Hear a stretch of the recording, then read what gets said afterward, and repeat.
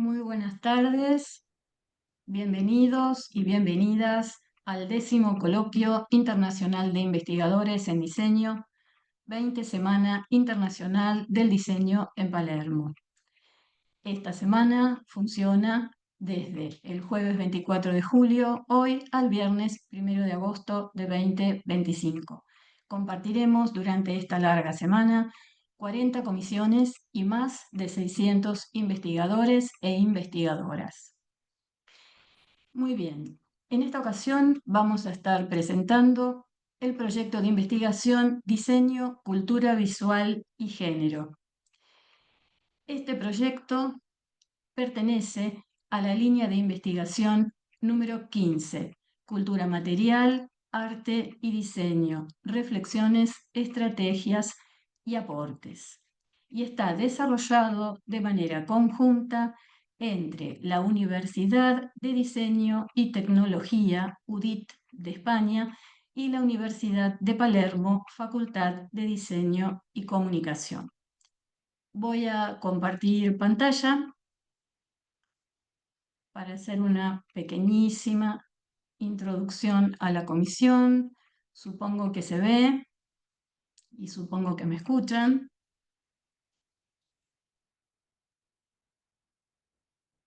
Muy bien.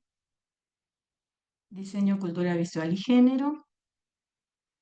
Ambos logos institucionales de las casas con las que estamos trabajando de manera conjunta, colaborativa, con distintos equipos de investigación. Esta es la portada del cuaderno 251 que contiene los aportes de todos los investigadores que han intervenido en este ejemplar y condensa entonces los resultados de la investigación de este proyecto. Mínimamente voy a hacer como una muy chiquitita introducción. Diseño, cultura visual y género trata de manera conceptual sobre la relevancia que asume en la actualidad la visualidad. Revisa la importancia de la participación de lo político en el mundo de las imágenes. Este proyecto se adentra entonces en las problemáticas específicas del diseño y la cultura visual en su relación entre las imágenes y el género. En tanto, la revisión de la noción de un análisis crítico de la imagen desde los discursos institucionalizados y los que funcionan como instrumentos de agencia política, su vínculo con la publicidad, las imágenes fílmicas, la televisión, los videojuegos, las redes sociales, la educación, los medios impresos, los objetos de diseño, el arte y demás apartados icónicos de la cultura del consumo y la industria de la imagen y la comunicación. Me he presentado, mi nombre es Daniela Di Vela, trabajo aquí en la Facultad de Diseño y Comunicación y soy coordinadora de la incubadora de proyectos de investigación. Mi profesión de base es la arquitectura y tengo un doctorado en educación superior a punto de finalizar, junto con una maestría en gestión del diseño. Aquí me acompaña la doctora María del Mar Oña, que es la codirectora de este proyecto. Le voy a estar dando la palabra para comenzar con la exposición de los distintos artículos que componen este proyecto. Adelante. Muchas gracias. Bueno, yo quería agradecer a la Universidad de Palermo y especialmente a ti también la oportunidad que nos has dado invitándonos a este foro tan importante, ¿no? Voy a compartir, si os parece, pantalla. ¿Me indicáis si la veis bien?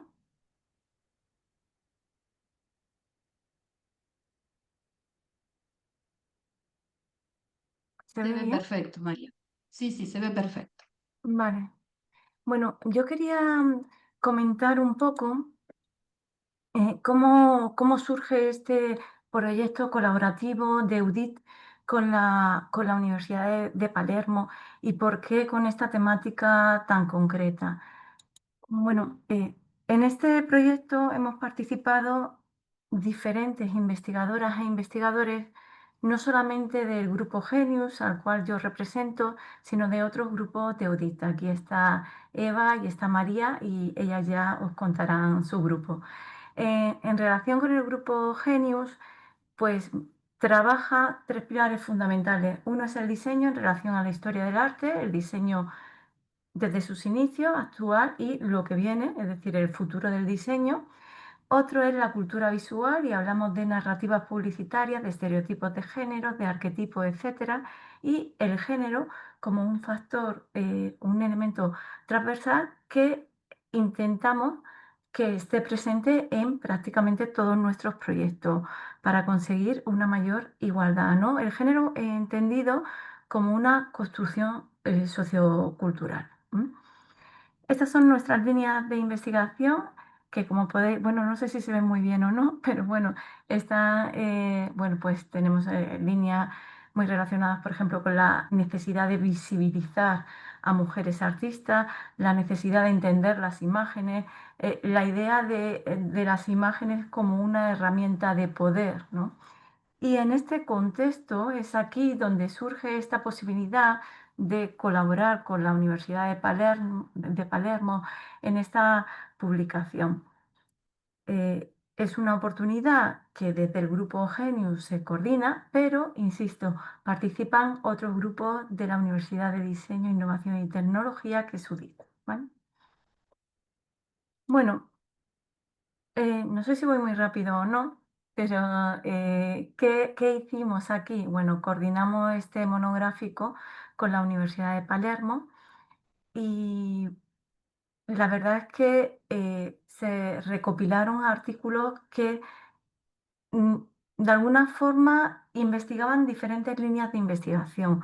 Por una parte tenemos artículos donde se va a poner de manifiesto a mujeres artistas, a mujeres diseñadoras, y luego también tenemos otros artículos que van a trabajar arquetipos, estereotipos de género a través de imágenes publicitarias. Pero también vamos a relacionar esto con redes sociales y con arquitectura. Entonces, la verdad es que el monográfico recopiló diferentes líneas de investigación en torno a esto, ¿no? Al género, a la cultura y a la cultura visual principalmente. Eh, lo he comentado antes, pero insisto en que para nosotras la cultura visual es un lenguaje muy poderoso, muy, muy poderoso. ¿Por qué? Porque participa en la construcción de las identidades, valores e incluso las relaciones de poder. Si yo veo una imagen constantemente, por ejemplo, de cómo se viste una mujer, doy por hecho que una mujer se tiene que vestir así y que es normal. Este poder de normalizar todo lo tienen las imágenes. Yo veo una imagen constantemente y voy a creer lo que estoy viendo. Claro, actualmente, ¿quién puede confirmar que lo que yo veo en una imagen es cierto cuando estamos siendo, por ejemplo, estamos creando imágenes con inteligencia artificial que no son ciertas? Por lo tanto, la necesidad de leer las imágenes y de poner límite a las imágenes y de no creer lo que vemos es para nosotras necesaria, ¿no? Es decir, no podemos creer todo lo que vemos y tenemos que saber leer las imágenes, al igual que sabemos leer el texto, tenemos que saber leer las imágenes y saber lo que significa y la interpretación que tiene y si esa imagen nos puede estar manipulando o no. Y lo que digo que es peor, de forma silenciosa, que es la peor manipulación que puede existir, ¿no? Claro, ¿y aquí dónde aparece el diseño entonces aquí en este monográfico? Bueno, es que el diseño para nosotros es un agente de cambio social. Sin el diseño no podemos vivir. Os invito a que miréis a vuestro alrededor. Todo está diseñado. Entonces, el diseño es primero un reflejo social y un agente de cambio social. No podríamos vivir en el siglo XXI sin el diseño. Entonces, partiendo de esto que estoy comentando, es como se ha desarrollado este monográfico con diferentes artículos. Em, yo sigo, Daniela, o hasta aquí hay alguna duda o alguna pregunta. Habitualmente el tema de las preguntas, no lo comenté, se juntan o se recopilan todas a través del chat y cuando cerramos la rueda de nuestras ponencias, ahí hacemos una devolución ordenada. Sí, Vale. podés continuar si querés con esto sería como, como una primera aproximación a todo nuestro trabajo y si querés continúa con tu ponencia y presenta a tus investigadoras tranquila. Ujú. Vale. Bueno, pues una vez terminada esta introducción del monográfico que yo quería realizar, comenzamos a exponer los diferentes artículos que se publicaron en este monográfico. Comenzamos con Sonia Delaunay y después mi compañera Eva comentará su artículo, comentará también su grupo de investigación y a continuación, siguiendo con el programa, eh, yo comentaré 3 artículos más y a continuación María Beltrán comentará su artículo. ¿Sí? Bueno, pues siguiendo esta planificación, el primer artículo a comentar, uno de los que se publicaron, es el artículo de Sonia Delaunay, que lo realicé en este caso yo, y estaría dentro de una línea de investigación de la visibilización de las mujeres creadoras, ¿no? En este caso, diseñadoras. Esto corresponde o es el resultado de un proyecto de investigación interno que estamos realizando en UDIT, que es una catalogación, bueno, realmente es un repositorio de mujeres diseñadoras. Y dentro de este repositorio de mujeres diseñadoras está catalogada como una de las grandes diseñadoras Sonia Delaunay. Sonia Delaunay, bueno, ya he dicho que pertenece a la línea de investigación de mujeres. Bueno, pues Sonia Delaunay no solamente fue diseñadora, fue también pintora, fue investigadora, fue empresaria, desarrolló o trabajó en todas las áreas del diseño, diseño de moda, diseño de textil, etcétera. Y bueno, pues ahora se le está empezando a conocer, a valorar, pero siempre ha estado muy ligada al trabajo que realizó junto con su marido, que igual os suena más, que es Robert Delaunay. Entonces, bueno, pues es de justicia recuperar la labor artística de Sonia Delaunay y dar visibilidad a todo su trabajo como diseñadora. Os voy a poner una imagen de Sonia Delaunay. Además, es tremendamente curioso porque esta señora estuvo trabajando hasta el final de sus días y mantenía los mismos principios que tenía, es decir, de su diseño, ¿no? Fue fiel, fue muy fiel. Yo a los alumnos siempre les digo, yo veo a Picasso y me puede gustar o no gustar, pero sé que es Picasso. Yo veo una obra de Picasso y yo sé que es Picasso. Bueno, pues lo mismo pasa con Sonia Delaunay. Yo veo unas obras de Sonia Delaunay y sé que es Sonia Delaunay, independientemente de que me guste o no me guste, ¿no? Porque ha sido muy fiel a esos principios, a esos valores, a esa investigación que desarrolló toda su vida en torno al color, ¿no? No sé si se dan cuenta, en la foto en la que está más mayor, fíjense el pañuelo que lleva, también diseñado por ella, un pañuelo que a lo mejor una abuela no lo llevaría, ¿no? Entonces, hasta ese punto era fiel a sus principios. Y en otra época, ojo, y en otra época. Bueno, pues Sonia Delaunay realmente no se llamaba ni Sonia ni Delaunay, cogió el apellido de su marido, su nombre era Sara, pero bueno, es conocida como Sonia Delaunay y así la hemos catalogado.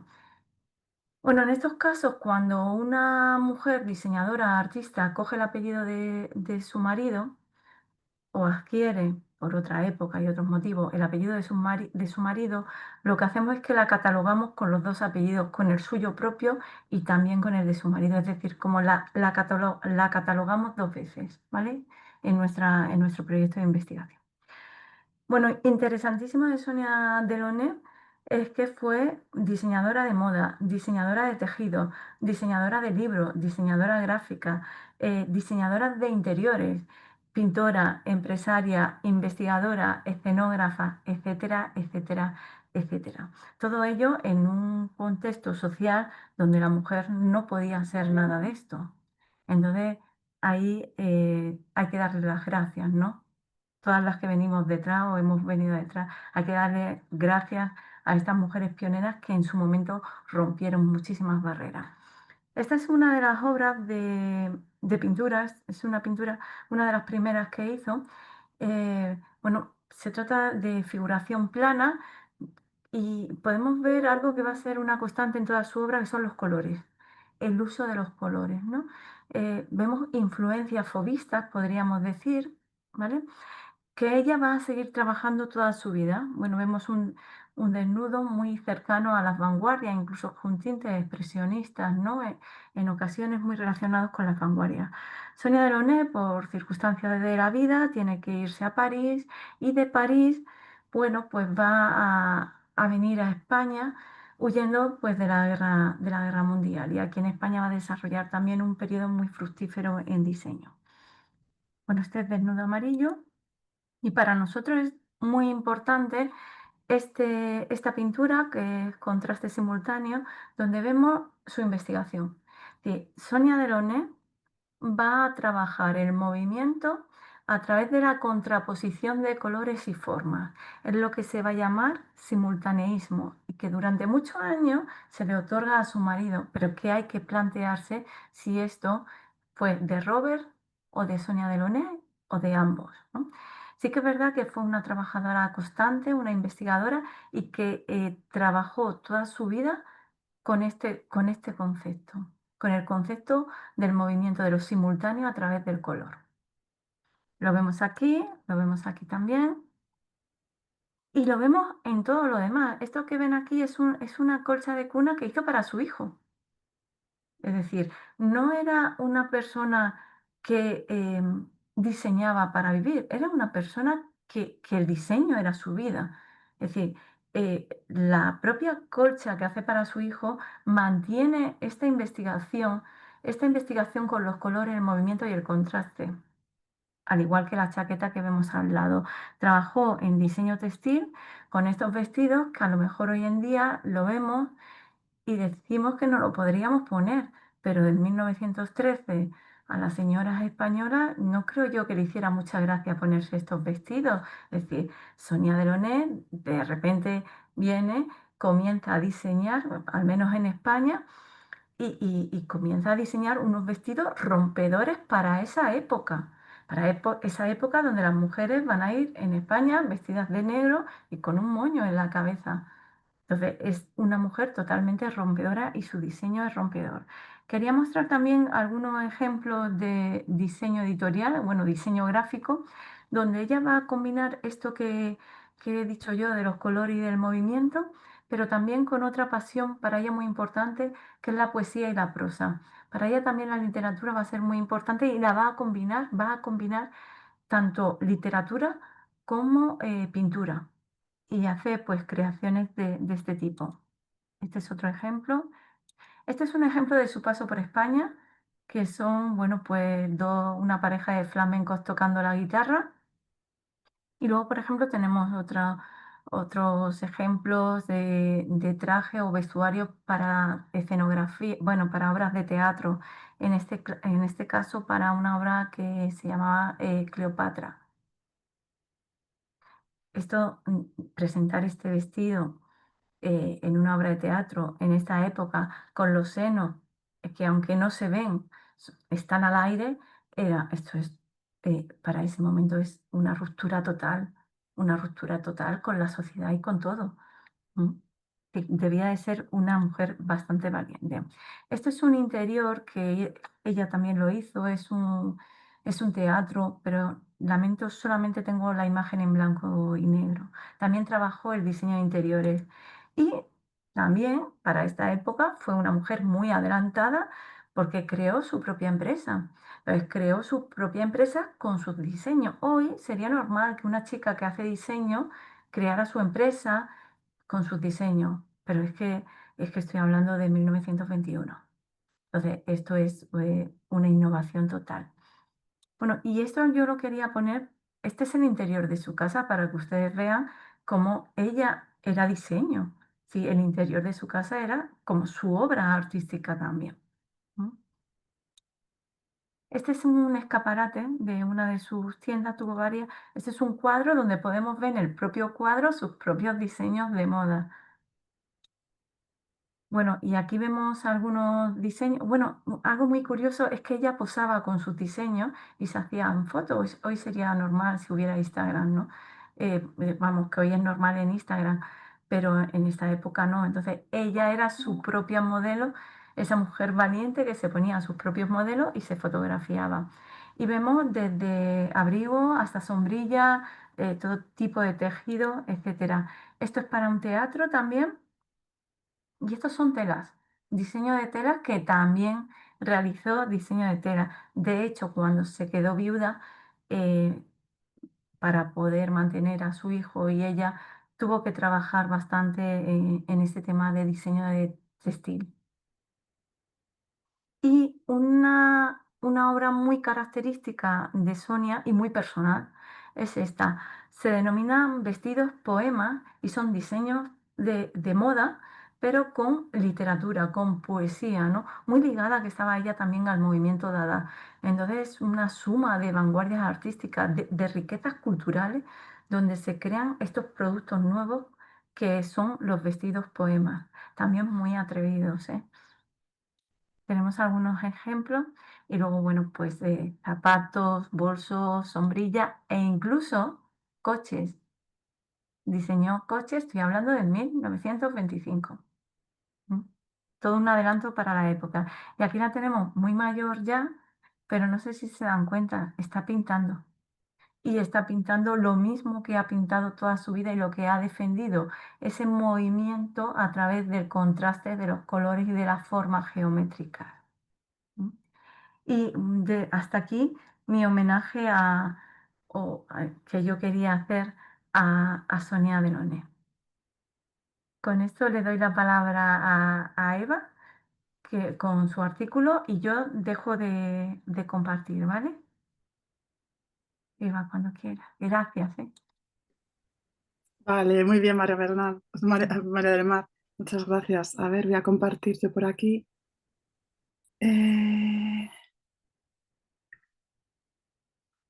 me hizo? Me parece que al principio.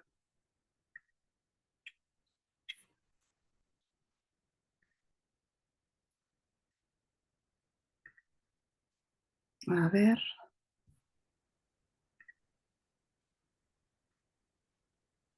Mientras Eva va compartiendo, me quedo pensando en esta interfluencia que hay entre las artes, ¿no? Entre las artes, los diseños, los distintos tipos de diseños que se condensan en esta única figura, ¿no? Eh, Muy potente, Sonia, muy, muy potente. A ver, que no me encuentro, Dígame. disculparme. Vale.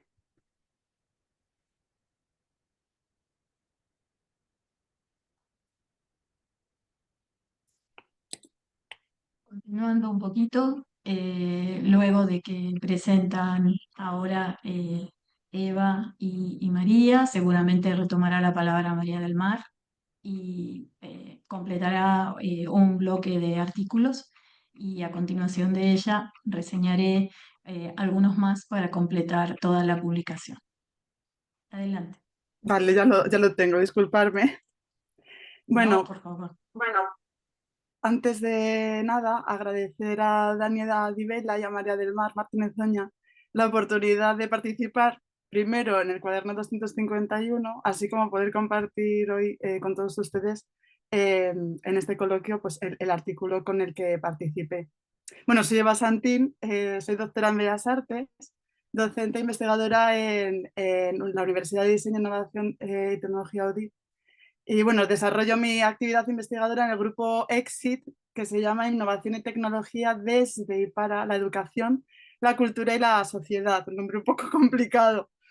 Bueno, nuestros proyectos básicamente se centran en la digitalización de patrimonio cultural. Es la tarea que más hemos desarrollado en este último año. Por ejemplo, el proyecto Plata, que fue en colaboración con la Residencia de Estudiantes, que bueno, proponía la digitalización de su archivo para generar un libro extendido un libro interactivo, en definitiva, que permitiera consultar los fondos y conectar el conocimiento. Además tenía como un apartado que era consulta con inteligencia artificial muy interesante, que cuando te daba la respuesta, al final del todo te localizaba exactamente las fuentes de las que se había nutrido, ¿no? De las que había aprendido, con lo cual podías ir en persona para consultar ese ejemplar. O sea, que la verdad que estaba bastante interesante en el sentido de enseñar a utilizar las inteligencias artificiales con criterio, ¿no? y fundamento.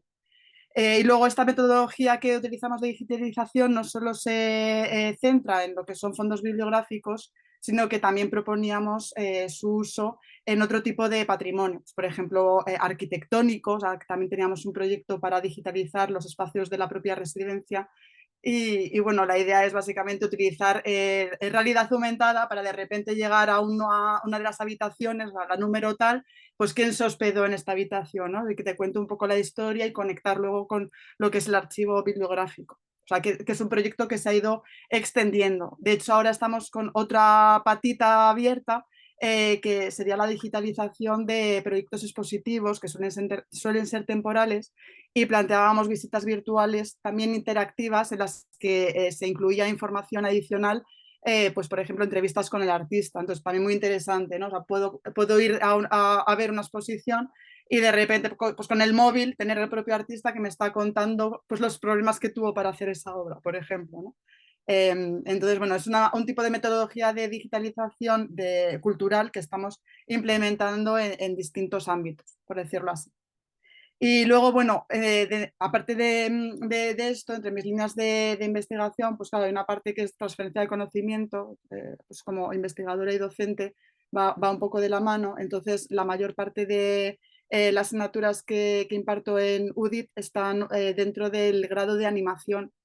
Entonces también tengo una línea centrada en el cine de animación desde un punto de vista inclusivo y universal, ¿no? Porque pues al final hay películas que han ido envejeciendo mejor o peor, y luego también muy importante, pues esa parte inclusiva, por ejemplo, se refiere a cómo personas, por ejemplo, con algún tipo de discapacidad visual, por ejemplo, un daltonismo, pueden percibir la narrativa de color en el cine de animación, ¿no? O sea, ese tipo de temas, la verdad es que me interesa bastante. Y bueno, hoy quiero plantearles un análisis que explora un aspecto que creo que es bastante, bueno, poco estudiado. O sea, sí se ha estudiado lo que es el género dentro del cine de animación, pero digamos que me he centrado en la parte espacial, o sea, cómo son los espacios en los que habitan las mujeres en el cine de animación, centrándome en las películas de princesas de Disney. Y luego lo he conectado con lo que sería el pensamiento de Virginia Woolf, ¿vale? Venga, os lo voy a contar un poquito rápido. Bueno, desde el primer largometraje de Disney en 1937 con Blancanieves, pues las figuras de princesas, la figura de princesa ha sido emblemático, ¿no? Dentro de lo que es la industria Disney, y han ido reflejando las construcciones sociales de género de cada época. Sin embargo, hay un patrón que se repite, y es que estas protagonistas suelen estar recluidas en espacios privados, torres, habitaciones, palacios, islas, cabañitas. Y bueno, se presentan como refugios, pero en realidad limitan su libertad y su desarrollo personal. Entonces, la pregunta central que guía este análisis es: ¿qué simboliza realmente el espacio privado en estas narrativas?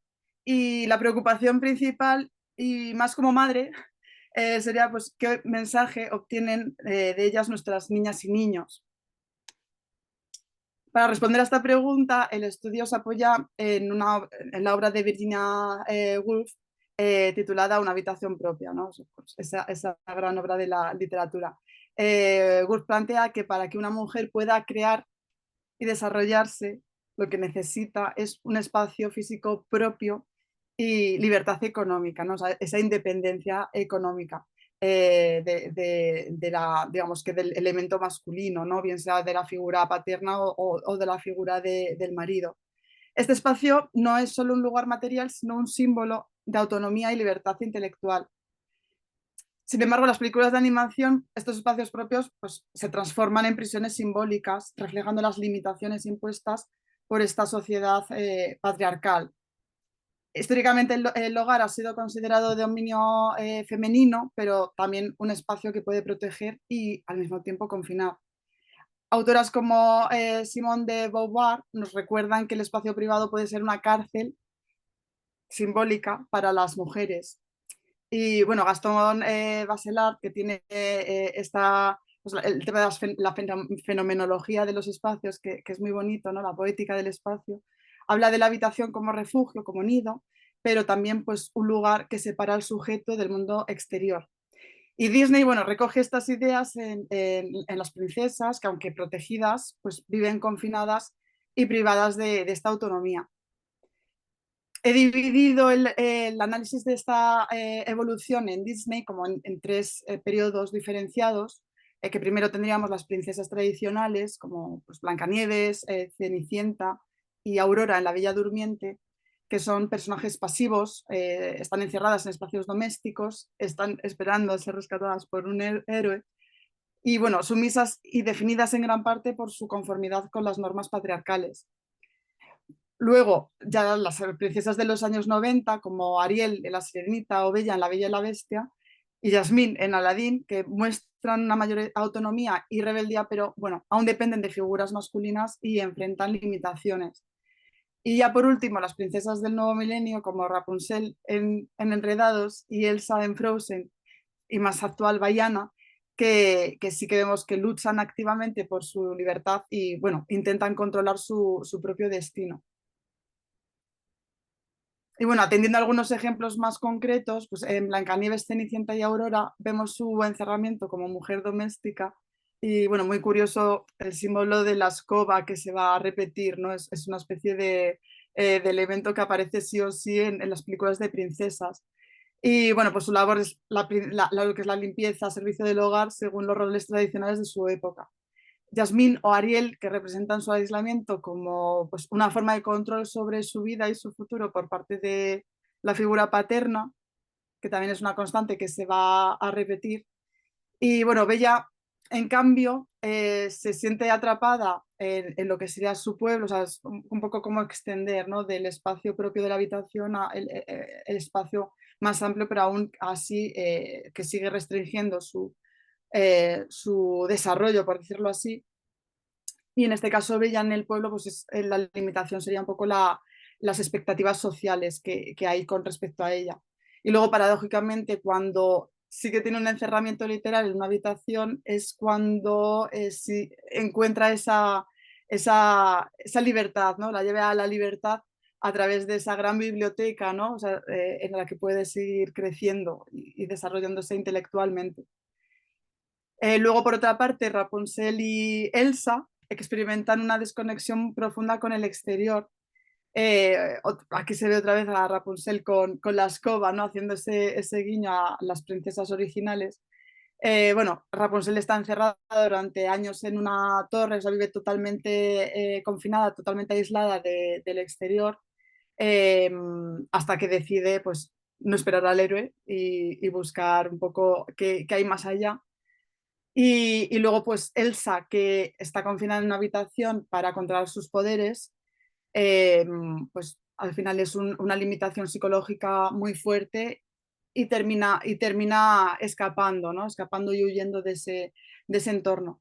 Y bueno, ninguna de ellas dos están esperando la llegada del príncipe. O sea, aquí cambia totalmente el tipo de rol que se venía haciendo en Disney. Y bueno, de las últimas princesas, que sería en Baiana, que, bueno, aunque vive en un espacio abierto, sigue estando bueno, limitada físicamente por la isla, ¿no? No puede salir más allá del arrecife. Y bueno, pues se convierte en o sea, esa especie de refugio que le está imponiendo su padre, ¿no? Con esas expectativas, pues se convierte en pues una limitación muy grande para su espíritu aventurero. Entonces, bueno, pues estas protagonistas muestran cómo ha sido la evolución hacia la autonomía, ¿no? De la figura de la princesa en Disney desde esa Blancanieves. Y bueno, pues es curioso cómo la representación del espacio viene muy vinculada al tipo de pues limitación, ¿no? que han ido teniendo a lo largo de esos años. Bueno, en conclusión, eso, que hay una tensión constante entre esa idea de protección y confinamiento en la representación del espacio femenino en la animación, en el cine de animación. Y bueno, la idea de Virginia Woolf sobre la necesidad de ese espacio propio para la creación y autonomía, pues creo que es fundamental para entender estas narrativas. Y aunque las princesas han ido ganando mayor agencia, pues la persistencia de esos espacios de reclusión simboliza las limitaciones que aún enfrentan las mujeres en la cultura visual contemporánea.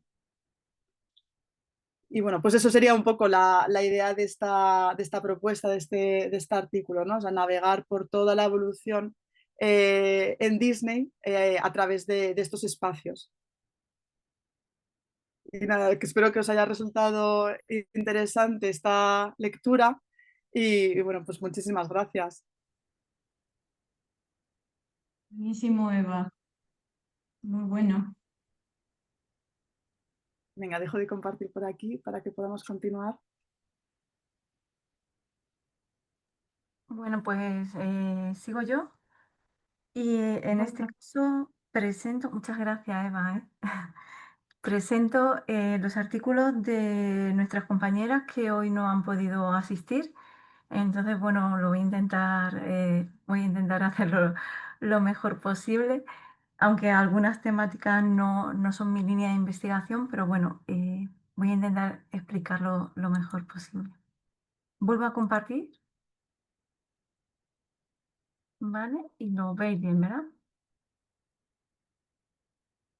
Vale. Bueno, pues el siguiente artículo, y además enlaza muy bien con la temática de Eva, es este trabajo que ha presentado en la revista la doctora Anna Vicens, que lleva muchos años trabajando el tema de los arquetipos y estereotipos en las películas de Disney.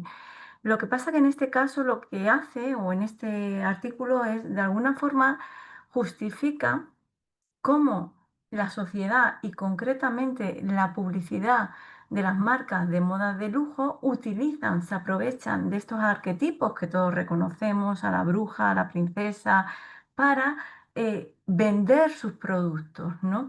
Donde estas marcas, según afirma la autora, se aprovechan de la imagen de la mujer como mujer objeto de deseo. Y siguen vendiendo una imagen estereotipada femenina donde imagen de la belleza femenina creada por un hombre, ¿no? O creada desde el punto de vista patriarcal. Entonces, aprovechándose de esta visión de la mujer objeto de deseo y de los cuentos de hadas, se generan o se comienzan a crear nuevos productos audiovisuales donde se publicita una determinada marca de moda de lujo. Bueno, el ejemplo que ella analiza es el Jardín de los Sueños, que en este caso es de Gucci, ¿vale? Pero en este caso ha sido dirigido por una mujer. La autora defiende que la mirada femenina frente a estos arquetipos es diferente a la mirada masculina. Y entonces establece una comparación para defender esta teoría, ¿no? Entonces, sí que es cierto que cuando vemos este producto audiovisual reconocemos los arquetipos y se siguen manteniendo, quiero decir, aparece la bruja, aparece la princesa, pero la mirada femenina, o en este ejemplo concreto, lo que indica es que hay cosas que han desaparecido, como por ejemplo el príncipe. El príncipe ha desaparecido, ya no existe el príncipe y esa relación entre bruja, si me lo permitís, y princesa se van suavizando, se han suavizado. No son tan opuestas como podemos ver en películas de Disney, donde está pues, la bruja malvada, que generalmente es morena y fea, y la princesa dulce, de tez blanca, etcétera, ¿no? Y joven, ¿no? Entonces, bueno, esto es lo que la autora trabaja la identificación de los arquetipos y de ahí estereotipos de brujas y princesas, bueno, de los cuentos de hadas en general, y intenta visualizar dónde están estos elementos narrativos dentro de estos nuevos productos audiovisuales, perdón. He puesto algunas fotos para que lo puedan ver. Bueno, también la autora no solamente se centra en arquetipos, sino que también va más allá, pues explicando el espacio, incluso influencias artísticas que ella relaciona con el surrealismo y también con el prerrafaelismo. Y yo personalmente, si me lo permiten, yo veo una influencia tremenda de Klimt, inclusive en algunas imágenes, como por ejemplo en esta, ¿no? Esta mujer pelirroja que viene del prerrafaelismo del siglo XIX, pues lo veo bastante claro. A ver. Y bueno, sí que es verdad que se ha suavizado, es un espacio tremendamente más idílico, ¿no? Rodeado de flores, solo de mujeres, y las relaciones no son tan, si me lo permiten, agresivas, ¿no? No hay esa dualidad tan fuerte de buena y mala, princesa y bruja. Bueno, sí que es verdad que una imagen vale más que 1000 palabras siempre, y viendo la imagen yo creo que todo el mundo se da cuenta quién es la bruja, ¿no? Es decir, se identifica, pero no es la típica bruja que hemos visto, es otra bruja, sí que sigue siendo morena, sí que sigue siendo más mayor, es decir, se siguen manteniendo esos rasgos estéticos que todos identificamos con las brujas, ¿no? Pero eh, ha cambiado un poco, ¿no? Es decir, es lo que está defendiendo ella, que la visión femenina explica de otra forma o muestra de otra forma esta influencia o esta reinterpretación de los cuentos de hadas. No sé si lo...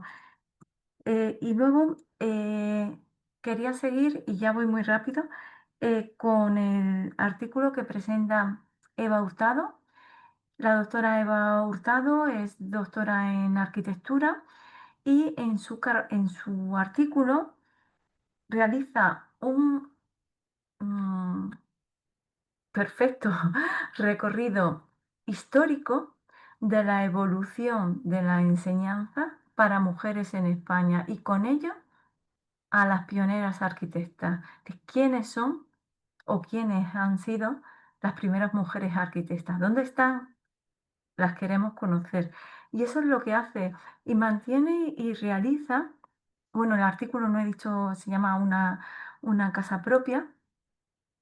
Y entonces es súper curioso porque, em, bueno, aparte de tener un rigor histórico tremendo, lo que hace es relacionar de alguna forma, defender cómo la agrupación entre mujeres ha fomentado a lo largo de la historia que nosotras desarrollemos a nivel cultural, a nivel educacional, nos desarrollemos incluso profesionalmente. Es decir, el hecho de estar juntas, que nos estemos retroalimentando, va a favorecer o ha favorecido em, esta labor artística de las mujeres, las relaciones con las beguinas, y aquí lo que hace es a partir de la Segunda República Española, a partir, bueno, incluso antes, va a hacer un recorrido educacional por aquellos centros para mujeres, donde estaban aquellas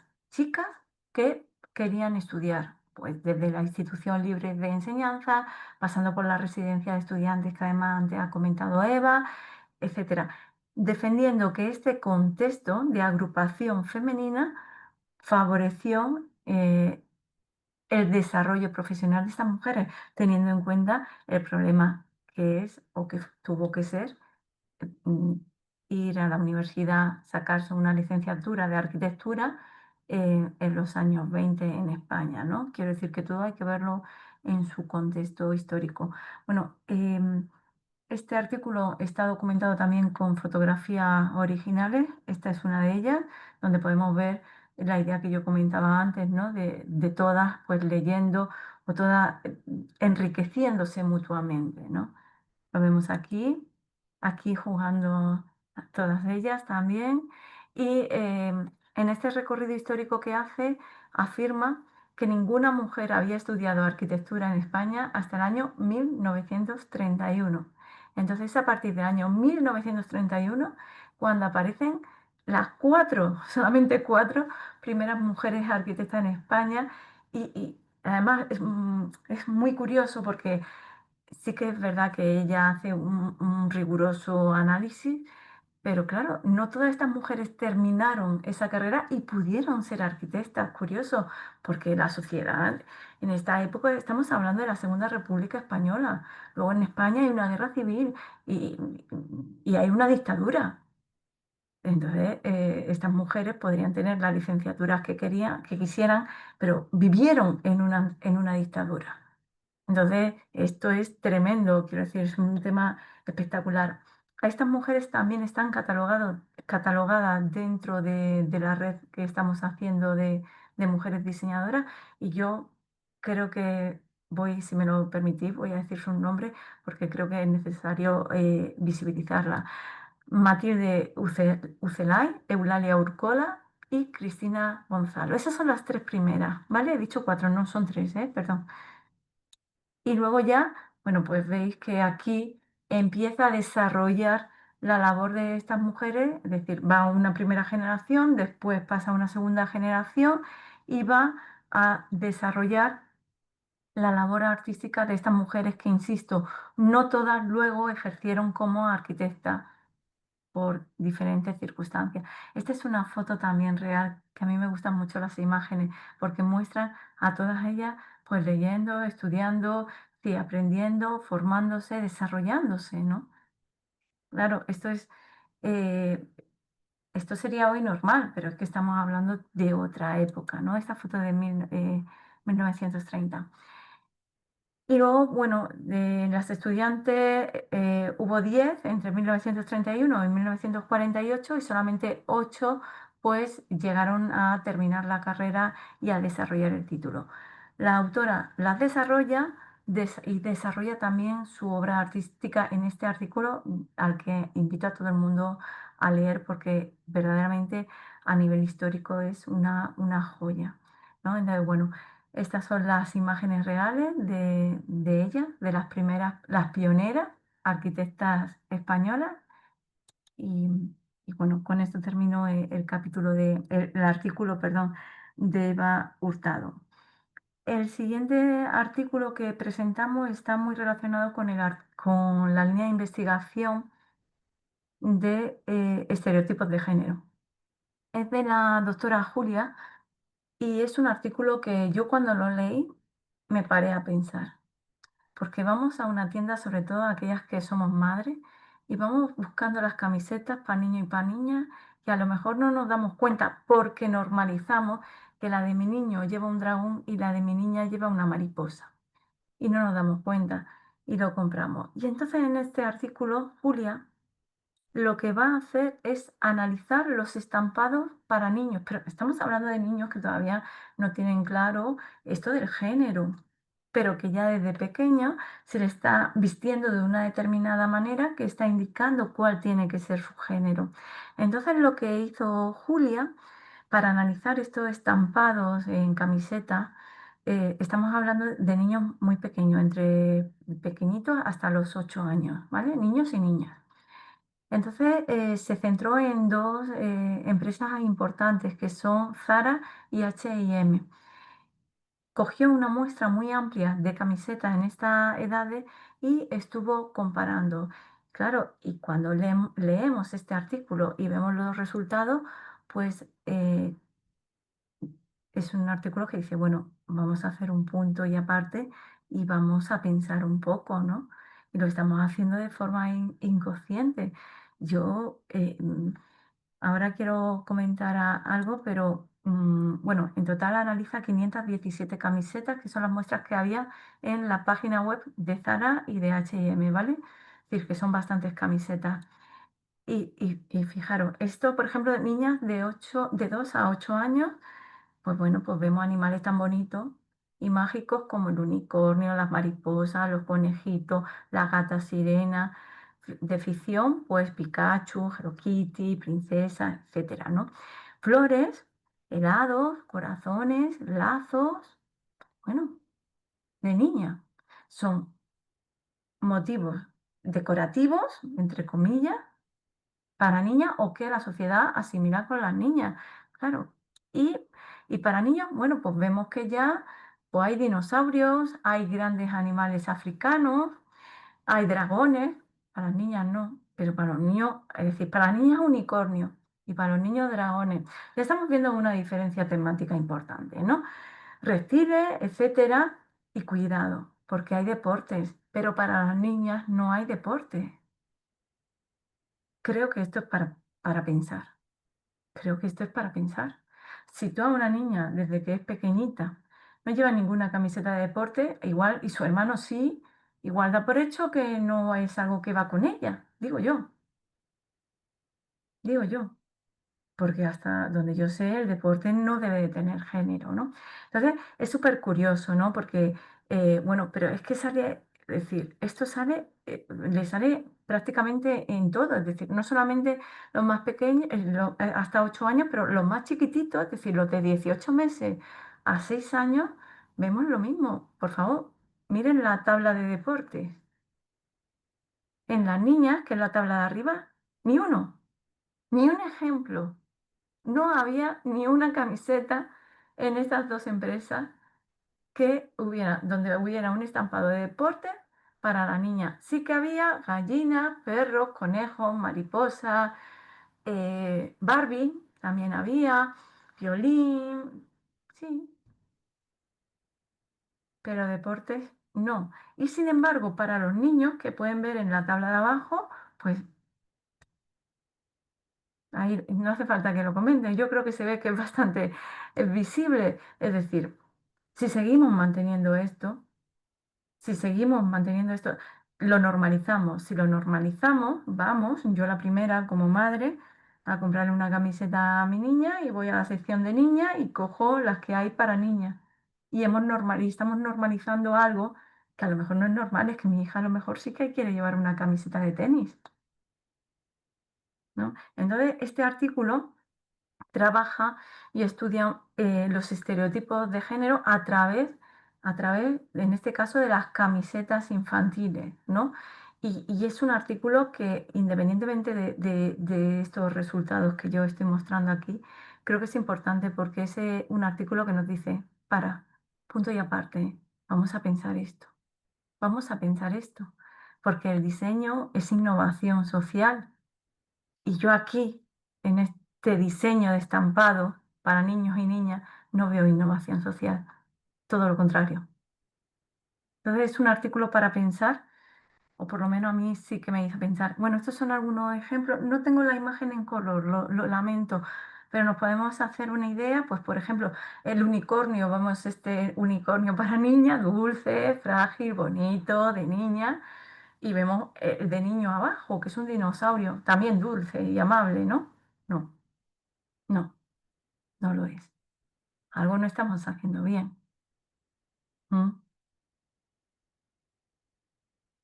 Bueno, aquí, bueno, si es que se puede ver, yo creo que una imagen vale más que 1000 palabras, se puede ver. Pero es curioso porque es lo que he dicho antes. Yo que he ido muchas veces a comprarle camisetas a mis hijos o a algún sobrino y tal, pues no, nunca me he parado de esta forma tan minuciosa a pensar esto, ¿no? Pero lleva razón, o bajo mi punto de vista, lleva razón.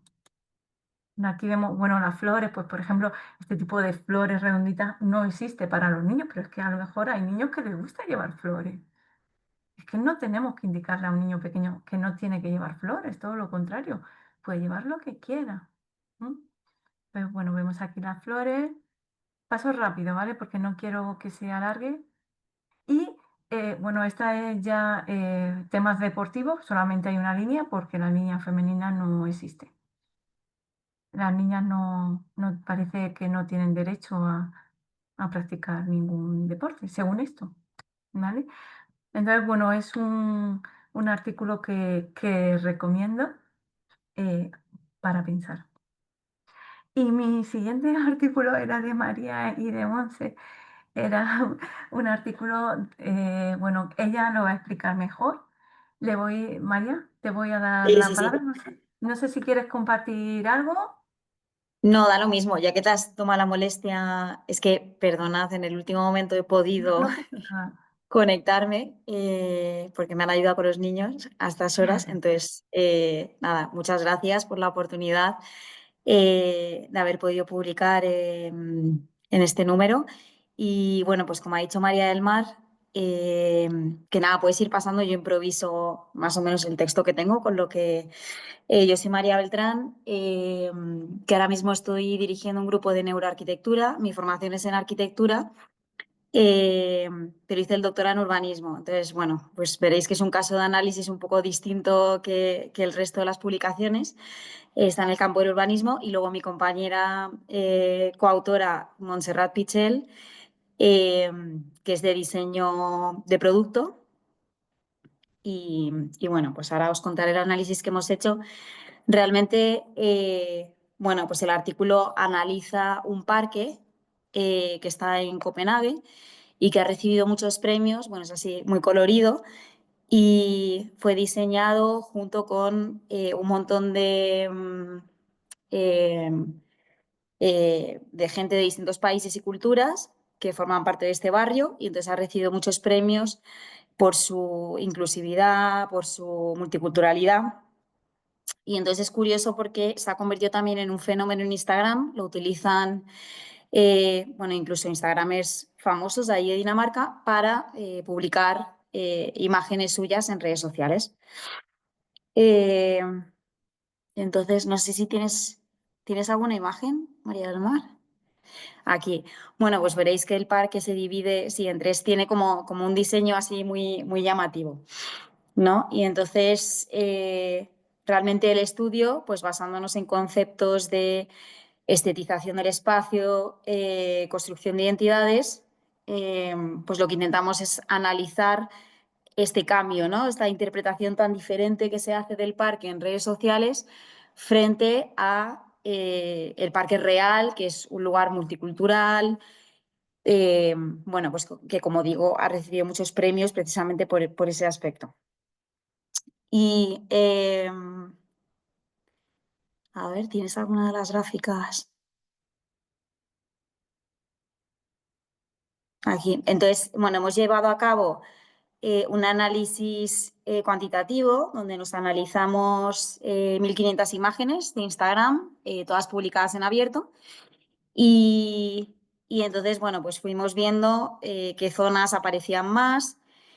Y realmente la zona que has enseñado antes, María del Mar, de las líneas blancas que convergen sobre el asfalto negro, es la más publicada, ¿no? El 70% de las imágenes realmente son en esa zona. Y solo un 13% en las como veis ahí, en la parte roja del Red Square. Y luego, si pasas a la siguiente gráfica, bueno, pues hemos analizado también el número de personas femenino y masculino, que también hay una gran diferencia. Aparecen muchísimas más mujeres. Y luego una cosa que nos interesaba mucho era la pose, ¿no? Si era una pose natural, pues típica foto de turista que haríamos todos cuando vas a un lugar, ¿no? A un parque icónico y entonces, bueno, pues posteas en Instagram que estás en ese lugar, ¿no? Porque te interesa. Frente a este tipo de imágenes que son las que se fomentan en Instagram, que son más bien de postureo, de glamour. Bueno, la literatura las hemos categorizado como glamour. Y la mayoría son de mujeres. Entonces, este tipo de comportamiento sugiere que el diseño del espacio condiciona el uso visual y corporal del mismo, ¿no? Y que Instagram potencia una lectura estética más que social o cultural. Lo interesante de esto, realmente este artículo presenta una parte previa de una investigación mucho más amplia que estamos llevando a cabo ahora a través de tecnología en neurociencia aplicada y entonces estamos metiendo, ahora veréis las mismas imágenes que hemos analizado cualitativamente a través de su composición y si, bueno, pues si son hombre, mujer, las estamos analizando ahora con estímulos, estamos con participantes proyectando estas imágenes y viendo qué pasa, ¿no? En cuáles se acelera el pulso, viendo qué emociones suscitan objetivamente mediante recolección de datos fisiológicos estas mismas imágenes. Entonces, todavía no tenemos los resultados, pero bueno, yo creo que esa es la razón de ser de esta primera investigación. Y entonces, no sé si tienes alguna imagen más. No. Vale, bueno, pues lo siguiente que hicimos, que es un análisis más cualitativo, fue analizar esas imágenes, ¿vale? Y ya por concluir, pues al final este estudio revela una clara disociación entre el espacio urbano diseñado, ¿no? La intención que tenían esos diseñadores y la razón por la cual se hizo famoso y ha recibido premios, como lugar de convivencia multicultural, creo que son 40 y pico culturas y 40 y pico países distintos, y luego su imagen proyectada en redes, ¿no? Que responde a lógicas de consumo visual, autorrepresentación y glamour. Entonces, Superkillen, bueno, pues diseñado para visibilizar culturas distintas y procesos de integración, aparece en Instagram como un escenario visual neutro, estetizado, y ese mensaje original se diluye. Entonces se plantea, bueno, pues planteamos una reflexión crítica que ya veremos si encontramos similitudes con luego el estudio neuro, pero cómo afectan realmente las redes sociales a la forma en que se usan y se entienden estos espacios públicos. ¿Puede el diseño anticipar y orientar estos nuevos modos de representación, ¿no? De cultura visual? ¿Y qué papel juega la cultura visual digital en reforzar o borrar las identidades urbanas detectables, ¿no? Cuando paseas por esa zona, pero que se diluyen completamente en las redes sociales? Y ya está. Espero no haberme alargado mucho. Muchas gracias. Muchas gracias, María. Bueno, Daniela, con esto nuestra parte estaría. Me parece espectacular. Escucho los artículos y cómo cobran una fuerza mucho mayor cuando empiezan a ser desdoblados, expresados, ¿no? Por cada una de sus autoras y por todo el equipo que ha participado. Cuando planificamos con María del Mar esta comisión, armamos un poco nuestro discurso en virtud de quienes podían estar compartiendo con nosotros este espacio. Entonces, nos hemos repartido un poco los artículos. A mí me toca reseñar porque obviamente no es fácil contar, ¿no? O narrar con toda la propiedad y toda la amplitud, ¿no? Que puede tener el propio investigador. Por lo tanto, me he documentado lo mejor que pude de cada uno de los 3 artículos que me toca reseñar. En algunos casos me voy a atener a algunos fragmentos que voy a leer para ser fiel. Bueno, voy a compartir pantalla. A ver, un minutito para situarnos un poquito. Hasta recién entonces estuvimos viendo a María del Mar, que presentó todo el proyecto, presentó su propia investigación sobre Sonia Delaunay, mujeres diseñadoras. Luego Eva trabajó el tema de las prisiones doradas, basándose en una obra de Virginia Woolf. Obviamente María Beltrán recién estuvo exponiendo su trabajo junto con Montserrat sobre cultura visual en Instagram, del espacio y la realidad de redes sociales del Superkillen, que era este Farque. Además, María del Mar obviamente reseñó y contó con mucha mayor profundidad quizás que la que yo pueda hacer los 3 artículos que continúan. Los 3 artículos que me toca presentar son de la doctora María Eugenia Josa Martínez. Se trata de el papel de la mujer en la historia de la imagen visual de las tiendas a lo largo del siglo XX y principios del siglo XXI. El trabajo de la licenciada María Teresa Barrancos Crespo, que trata sobre las escultoras tradicionales y las digitales, pioneras en el diseño y desarrollo de personajes de animación. Y luego un último trabajo de los doctores Rafael Timón Gómez y la doctora María Vanessa García Guardia, que trabaja la idea del cuerpo fragmentado en la fotografía comercial de Leta Sobieski. Es un poco difícil el apellido. Bueno, muy bien. Voy a pasar entonces al primer artículo que nos toca. Obviamente, muchas de las cosas, algunas de las temáticas que están tratadas en este artículo han sido de mi particular interés, obviamente porque provengo de la arquitectura, digamos, las arquitectas que menciona este artículo son conocidas, muy relevantes. Este artículo o esta investigación propone revisar y poner en valor el papel de la mujer arquitecta y diseñadora de espacios comerciales a lo largo de la historia. Particularmente, María Eugenia Josa Martínez se centra en tres figuras: la figura de Lila Mencheri, la figura de Elsa Urquijo y la figura de Gae Aulenti. Son tres arquitectas que, si bien van a estar, digamos, están enfocados aquí a partir de la idea del diseño de tiendas comerciales, rebasan ampliamente, digamos, el espacio que está desarrollado dentro de este artículo, y bien lo dice también la doctora Josa Martínez. Para ello realiza una revisión bibliográfica centrada en el papel de la arquitectura y el diseño de tiendas para abordar la labor de las mujeres arquitectas y diseñadoras en el ámbito de la imagen comercial y su repercusión en la historia. Este artículo también tiene un puente bastante importante con el que desarrolló María del Mar sobre la posibilidad que tenía la mujer de estudiar y sobre todo arquitectura, una disciplina muy centrada en el dominio masculino, ¿no? Es decir, y en esta oportunidad ya estamos saltando, ¿no? Una cantidad de décadas, por tanto la mujer está un poco más afianzada, pero no obstante parece seguir a la vera, ¿no? del mundo dominante. La doctora Josa Martínez hace una introducción y dice que el diseño de las tiendas se ha transformado considerablemente a lo largo del siglo XX y lógicamente del XXI. La evolución de los espacios de venta, la proliferación de centros comerciales vinculados a lugares de ocio, la transformación urbana de las grandes avenidas y la preocupación por la sostenibilidad son algunos de los factores que han impulsado la evolución de los establecimientos tradicionales, aumentando la inquietud por cuidar su imagen para que sus empresas resulten más atractivas a los consumidores.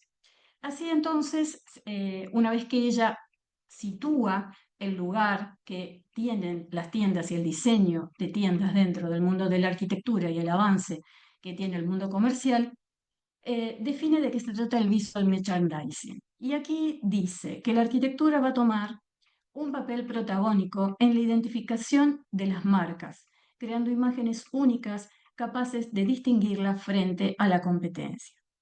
Habla entonces que el visual merchandising en realidad está desarrollando una narrativa donde considera la presentación comercial de la promesa de marca en el punto de venta. En este sentido, también considera el visual merchandising una herramienta de comunicación de marca y de posicionamiento de la compañía, que mediante la presentación de identidad visual en la tienda consigue mejorar la experiencia de compra, obviamente. Luego hace una aproximación a quiénes o cuáles arquitectos han diseñado tiendas a lo largo de estos 2 siglos. Y se adentra en una revisión bibliográfica basada casualmente en la arquitectura y el diseño de tiendas. Y esto detalla, ¿no?, el papel luego de la mujer dentro de este campo y dice que ha sido muy escaso. Escaso tanto que lo que ha hecho es situarse en el desarrollo y en el enfoque de 3 grandes figuras representativas de todo este tiempo. Una es la diseñadora italiana Gae Aulenti y sus tiendas, unas muy paradigmáticas que son las de la firma Olivetti, luego la de Leila Mencheri y el diseño de sus escaparates para la firma Hermès, y luego la de Elsa Urquijo de la mano de Zara, de las tiendas de Zara. Comenzando con Gae Aulenti, aquí creo que lo están viendo. No sé si esto está en pantalla completa o no, creo que no. Ahí estoy, pantalla completa, ahora sí. Con Gae Aulenti, es decir, una cosa que me gustó mucho de este artículo es que menciona fragmentos que las mismas arquitectas dicen y opinan acerca de su hacer y cómo ellas libran la batalla de su propia identidad dentro del ámbito, ¿no? Entonces, por ejemplo, menciona a Gae Aulenti y dice que siguió los pasos de Perriand. Perriand es Charlotte Perriand, es una de las dos grandes colaboradoras que tuvo el estudio de Le Corbusier, pero como tales, ambas siempre fueron colaboradoras, es decir, nunca han tenido un espacio dominante, a pesar de ser muy buenas arquitectas, muy buenas diseñadoras y haber sido realmente de vanguardia dentro del estudio. De algún modo, Gaia Aulenti lo que hace es continuar los pasos de Perriand, pero ella misma se autositúa, es decir, empieza a dar un paso más adelante. Ella dice, hay muchas otras mujeres arquitectas, estas son palabras de ella, ¿no? Hay muchas otras mujeres arquitectas con talento, pero la mayoría de ellas parecen estar vinculadas con hombres. Decía seguramente pensando en colegas brillantes como Charlotte Perriand o Eileen Gray, ambas a la sombra de Le Corbusier. Y ella luego dice de sí misma, yo siempre he trabajado para mí y ha sido un gran reto. Las arquitectas no deben considerarse a sí mismas como una minoría, porque en cuanto lo hacen, se paralizan. Es decir, es importante este espacio de, es decir, no solo contar cómo ella hacía y diseñaba, sino también es muy interesante el hecho de que ella se planta y define cómo ella es arquitecta. Esta imagen que estamos viendo es el momento en que ella diseña la primer tienda de Olivetti en París. Ha sido realmente de vanguardia, ha desarrollado una propia manera, ¿no?, de expresarse. En esta tienda, dice, el diseño de la tienda, dice Gaia Aulenti, nació de la idea de crear un cuadrado italiano. Todos sabemos que las formas en Italia están regidas por la proporción áurea y hay todo un tema de la teoría de la forma que es muy fuerte dentro de toda la cultura de la arquitectura en Italia. Entonces ella dice, nació de la idea de crear un cuadrado italiano. Los elementos constitutivos son, de hecho, los de la plaza, los escalones, los distintos niveles y la continuidad del espacio. Continuidad que se encuentra a través de planos con curvas de distintos niveles, las líneas geofísicas de la naturaleza que tratadas según la geometría desembocan en el concepto de plaza. Obviamente, Aulenti no trabajaba el tema de las tiendas solo pura y exclusivamente como en su vínculo comercial, sino que también con el concepto más profundo del espacio arquitectónico, ¿sí?, y con el concepto de ciudad. De algún modo, después, más adelante, impacta y hace un nuevo, es decir, es el segundo caso que aquí la doctora Martínez analiza, y es el de las tiendas Olivetti en Buenos Aires. Esta esquina es una esquina muy conocida del microcentro porteño, solo que del año 1968 aproximadamente. Actualmente se ve igual, nada más que las tiendas ya no están, obviamente, es en la esquina de Suipacha y Santa Fe. En esta esquina ella diseñó una segunda tienda muy famosa de Olivetti aquí, donde trabajó con aparejos de distintos espejos, dando una profundidad y haciendo, digamos, haciendo permeable el espacio de la ciudad dentro del mismo local, en una continuidad. Y a su vez diseñó, es decir, era una mujer que, como había dicho antes, rebasa todo el tema del diseño de escaparates, porque también ha hecho muchísimo diseño de mobiliario, de lámparas, de luminarias, es brillante. Ella dice, en primer lugar, ella expone los elementos, ¿no?, que tienen estos espacios y dice, en primer lugar, el pilar, elemento estructural que fue transformando en un elemento especial del espacio. Después habla la escalera, es decir, ella trabajaba muchísimo el tema de la escalera, y si nosotros nos remontamos al tema de lo que es la arquitectura, la escalera es muy propia del barroco. Entonces, es decir, son todos elementos que se basan obviamente en su propia formación. La presencia humana, ¿no?, es decir, siempre aparecen elementos corpóreos esculturales y luego todo como para sostener un espacio fluido. Es interesante porque también trabaja la idea de que estos espacios no son eternos ni eternizan la marca, sino que son efímeros, ¿no? Que ya empiezan a hablar de una arquitectura mucho más, la palabra es efímera o si se quiere también como más transformativa. Bien, el segundo caso, ella analiza a Leila Menchari. Me gustó su título. Ella dice, Hermé no sería Hermé sin Leila. Y dice, desde 1978 hasta 2013 fue la diseñadora de los escaparates de Hermé. En ellos plasmó su verdadera vocación, evocar los sueños a la realidad a través de cada uno de sus diseños para la firma. En una entrevista que le hicieron en Vogue Arabia, Menchari reflexiona sobre su trabajo y dice, las cosas que se hacen bien nunca te dejan indiferente. Aquí hay unas imágenes que son alusivas a una tienda muy relevante en París, en donde está la forma o el caballo icónico de Hermès.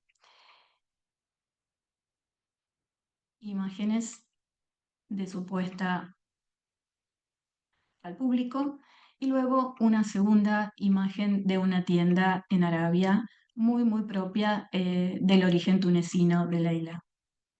Bueno, aquí las busqué también en color para que sean un poco más relevantes dentro de esta exposición. Y por último, analiza a Elsa Urquijo y dice, es la arquitecta que llegó a Zara en un momento en que se necesitaba un cambio de aire e imagen para la tienda. El cambio de imagen de las tiendas de Zara parte de la idea de exponer el producto otorgándole una presencia de mayor calidad y valor que ayudase a percibir la marca como una tienda de lujo por parte del cliente. Para ello, se utilizaron técnicas que les permitieran enmarcar el producto, que según Urquijo, de ahí las cajas en las que se expone y el sistema estructural que ordena los espacios para ponerlos en valor. Sin embargo, la circulación de la tienda y la capacidad de exposición tenía que seguir permitiendo una mayor cantidad de producto y recorridos por el espacio que no tienden en general las tiendas de lujo. Ella define a estos proyectos que ella misma desarrolla, dice, el proyecto, la intervención, debe mostrar una modernidad con memoria.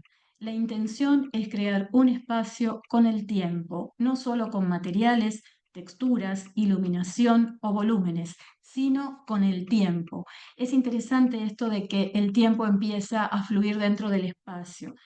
¿Qué dice, al final de cuentas? Es el lenguaje clave en el que la moda tiene sentido. Quiere decir que ella toma también la esencia de lo cíclico que tienen las temporadas de la moda, como para poder incorporar ese movimiento del tiempo dentro de las tiendas.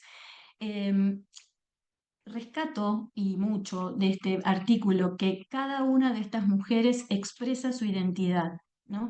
Es decir, que cada una se posiciona fuerte dentro de su hacer. Eso es muy interesante cuando ella pone y rescata fragmentos de lo que cada una opina o cómo va desarrollando sus propios proyectos.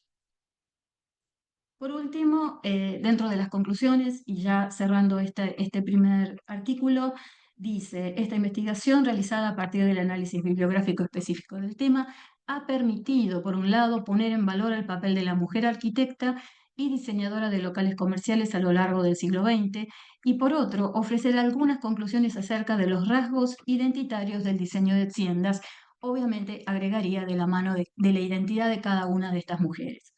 Y a su vez, el valor efímero de la tienda y la necesidad de cambio hacen que el interés arquitectónico de la obra ya no sea tan relevante. Se antepone la necesidad de crear una imagen potente y o la incorporación de nuevos factores que hagan de nuestra tienda un elemento diferencial y superior a la competencia. Bueno, estas son distintas imágenes, dos imágenes muy diferentes de distintos momentos de Elsa Urquijo trabajando etapas de Zara.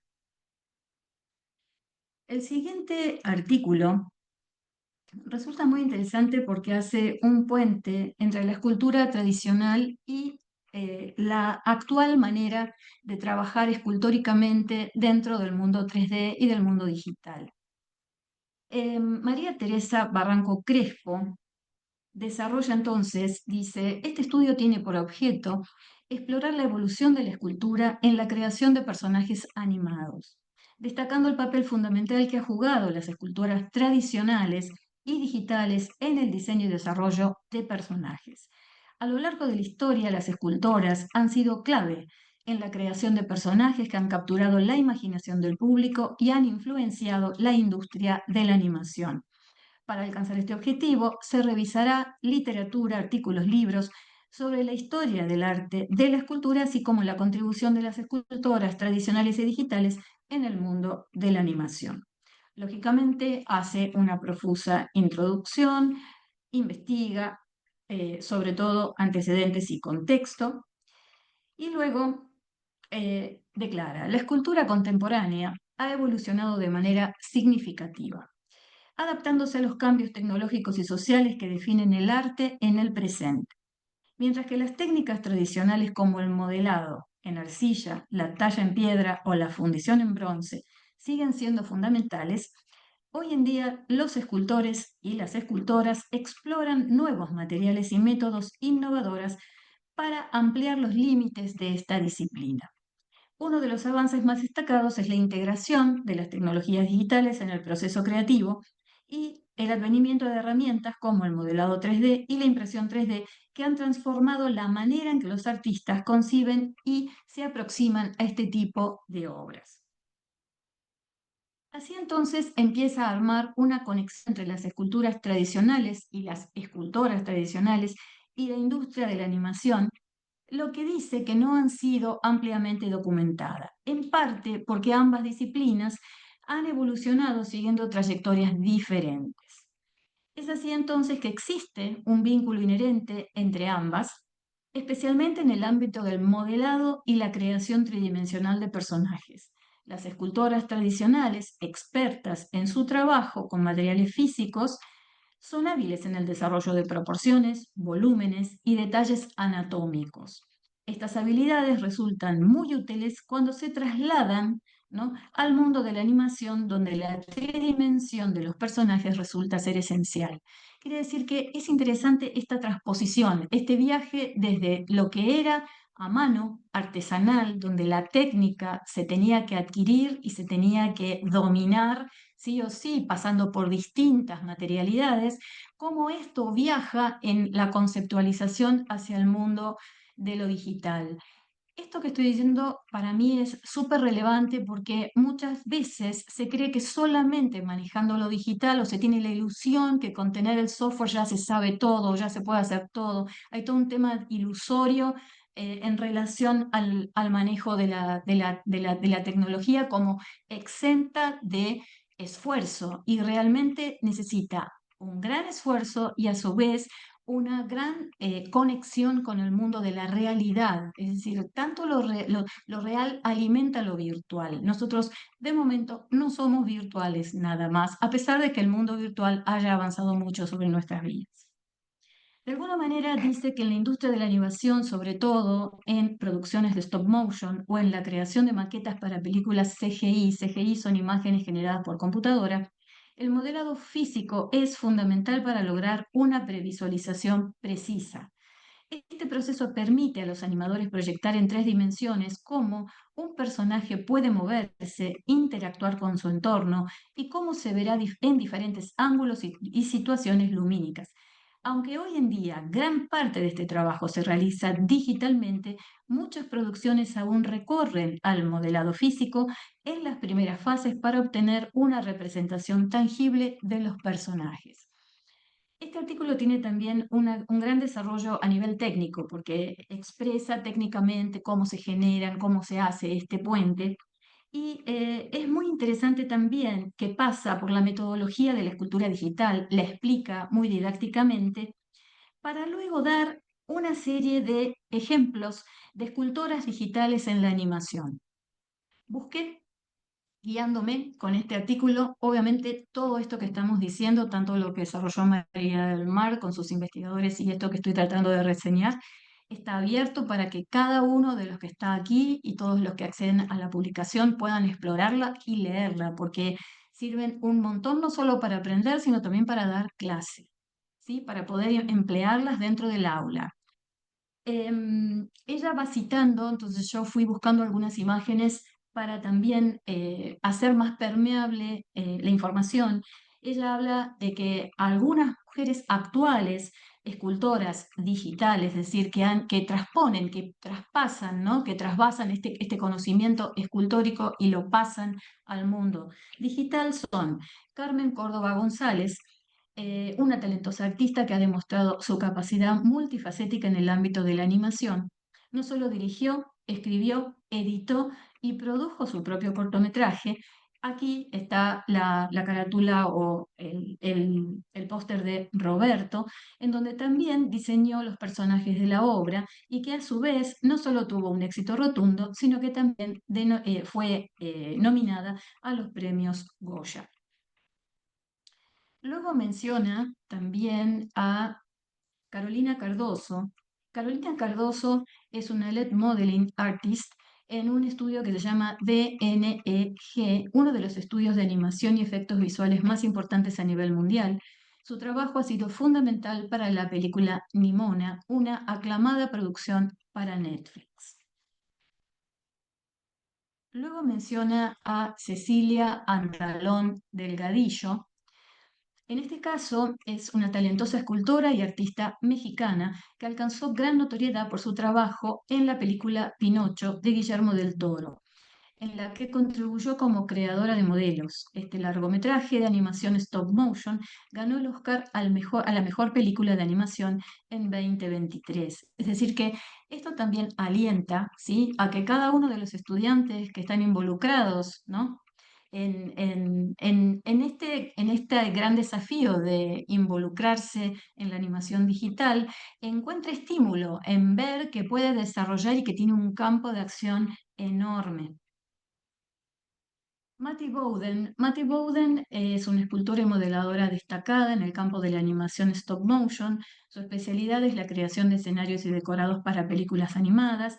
También trabajó en Pinocho de Guillermo del Toro y también en otras obras como Kubo and the Two Strings y The Box Trolls. Bowden es conocida por su atención al detalle en la creación de mundos que no solo soportan la narrativa, sino que también enriquecen visualmente los escenarios. Este en realidad es la imagen de apertura de su estudio, ¿sí? Es decir, este dice Film and Commercial Matty Bowden Studios. Luego, Magdalena Dadela. Magdalena Dadela es una escultora digital que ha trabajado para importantes estudios como Blur Studio y ha colaborado en la popular serie de Netflix Love, Death and Robots, específicamente en uno de sus cortometrajes. Fíjense que cada una de estas imágenes que estamos viendo están todas generadas de manera digital, lo que hace pensar en el realismo que asumen estas imágenes, ¿no? Luego, y creo que es la última, menciona a Soa Lee. Soa Lee es una reconocida lead character artist cuyo estudio es Naughty Dog, uno de los estudios más influyentes de la industria de los videojuegos. Su talento y liderazgo ha sido fundamental en la creación de algunos de los personajes más memorables de los títulos de The Last of Us. Bueno, todos hemos visto algunos de los capítulos de The Last of Us. Muy bien. Por último, dejo algunas conclusiones que fui resaltando. Ella dice que gracias a la digitalización se han abierto nuevos espacios para la expresión artística y se han facilitado la accesibilidad a recursos que anteriormente eran limitados o más bien exclusivos, ¿no? Es decir, hoy en día herramientas de creación digital como el modelado 3D, la animación digital y los software de diseño están al alcance de un público mucho más amplio y permite a los artistas explorar nuevas técnicas sin barreras tradicionales impuestas, tanto por el costo o por la ubicación geográfica. Y también hace hincapié en que Internet también ha permitido esa democratización debido al acceso, digamos, que hay al aprendizaje, ¿no?, autodidacta a través de tutoriales y un montón de material, y a su vez también a las redes sociales que permiten compartir y hacer visible, ¿no? Visibilizar el trabajo que se lleva adelante. Por último, menciona, ya más refiriéndose al espacio que tienen estas creadoras dentro del mundo comercial y en puestos de liderazgo, dice, con respecto a la representación de las mujeres en puestos de liderazgo, tanto en el ámbito del arte como en otros sectores, la sociedad ha ido experimentando cambios graduales, aunque estos avances han sido relativamente lentos. Sin embargo, en los últimos años se ha notado una aceleración en este proceso, impulsada en gran medida por el crecimiento del activismo feminista y los movimientos por la igualdad de género. Muy bien. Ella, a su vez, añade un anexo. En este anexo hace una tabla de propia búsqueda, en donde incluye una cantidad de escultoras de nuestra historia, escultoras tradicionales, que es muy interesante también explorar, ¿sí? Porque uno puede establecer el puente entre el mundo, ¿no?, de la escultura tridimensional, táctil en el mundo real, y la que uno tactiliza mentalmente, visualmente, cuando vemos estos ejemplos. Y ya pasando al último artículo que espero estar, digamos, desarrollando por lo menos de manera digna a los ojos de cada uno de los investigadores que ha desarrollado estos artículos. Me toca presentar o reseñar en realidad el artículo de Rafael Timón Gómez y María Vanessa García Guardia. Ellos analizan el lugar que ocupa o cómo se expresa la imagen de un cuerpo fragmentado a la luz de la expresión visual y gráfica de las imágenes de Leda Sobieski, me cuesta pronunciarlo, que trabaja con su esposo en Nueva York en un estudio de publicidad. Ellos empiezan trabajando la idea de un cuerpo fragmentado, en donde como primer lugar o de abordaje a las imágenes, hablan del concepto de cosificación. Entonces dicen, la cosificación como recurso para la transmisión de estereotipos de género. Por ende, empiezan a definir un poco de qué se trata la idea, digamos, el recurso visual de la cosificación para poder empezar a incorporar el análisis de la comunicación de estas piezas. Entonces dicen, podemos entender que la cosificación, la objetivación o la despersonificación es un recurso retórico mediante el cual se atribuyen cualidades de las cosas a las personas. Es decir, se muestra lo vivo como objeto sin vida o parcialmente sin ella en una relación ambivalente entre lo animado y lo inanimado. Ellos inician esta investigación planteando también los objetivos, es decir, ellos a partir de la cosificación, porque detectan en estas imágenes, voy a pasar algunas, no quiero pasarlas todas, pero detectan que el cuerpo fragmentado, ¿sí? Aquí se la ve a Leda, para no decir completo su nombre, que me cuesta bastante, en su estudio, trabajando, ¿no?, fotográficamente y viendo cómo fragmenta o cómo toma sectores del cuerpo en la comunicación que hace para distintas marcas del mercado en publicidad. Pero, por ejemplo, por mostrar una, ¿sí? Entonces, ellos, a partir de detectar que hay un fragmento del cuerpo que se manifiesta como cosa, ¿no?, o como objeto, es que comienzan con decir, bueno, muy bien, ¿cuáles van a ser nuestros objetivos para trabajar esta investigación? Entonces dice, partiendo de las implicaciones de la cosificación como recurso para la transmisión de estereotipos de género, los objetivos de este estudio son tres. Analizar desde la perspectiva de la retórica visual el modo de representación del cuerpo femenino de la creadora visual Leta Sobieski en el contexto de su trabajo como directora de arte y fotógrafa comercial, especialmente el uso que realiza del retrato del fragmento del cuerpo.